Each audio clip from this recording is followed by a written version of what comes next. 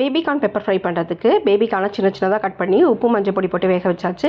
2 table spoon அரிசி மாவு, 2 table spoon cornflour மாவு, அதுக்கு தேவையான உப்பு, 1 டீஸ்பூன் நார்மல் மிளகாய் பொடி, 1 டீஸ்பூன் காஷ்மீரி சில்லி போட்டு கொஞ்சம் கொஞ்சமாக தண்ணி விட்டு நல்லா பெசரி வச்சுருங்க. பெசரி ஒரு தட்டு வச்சு மூடி வச்சுடுங்க.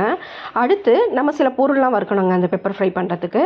அதுக்கு சின்னதாக ஒரு கடாய் வச்சுருக்கேன். கடாய் வச்சுட்டு 1 டேபிள் ஸ்பூன் தனியா, 3/4 டேபிள் ஸ்பூன் மிளகு, 1 டீஸ்பூன் சீரகம், 1 டீஸ்பூன் சோம்பு போட்டு நல்லா வறுத்துட்டு மிக்ஸி ஜாரில் போட்டு நைஸாக பொடிச்சு வச்சுக்கோங்க. இதுக்கு எண்ணெய் விட வேண்டிய அவசியம் கிடையாது.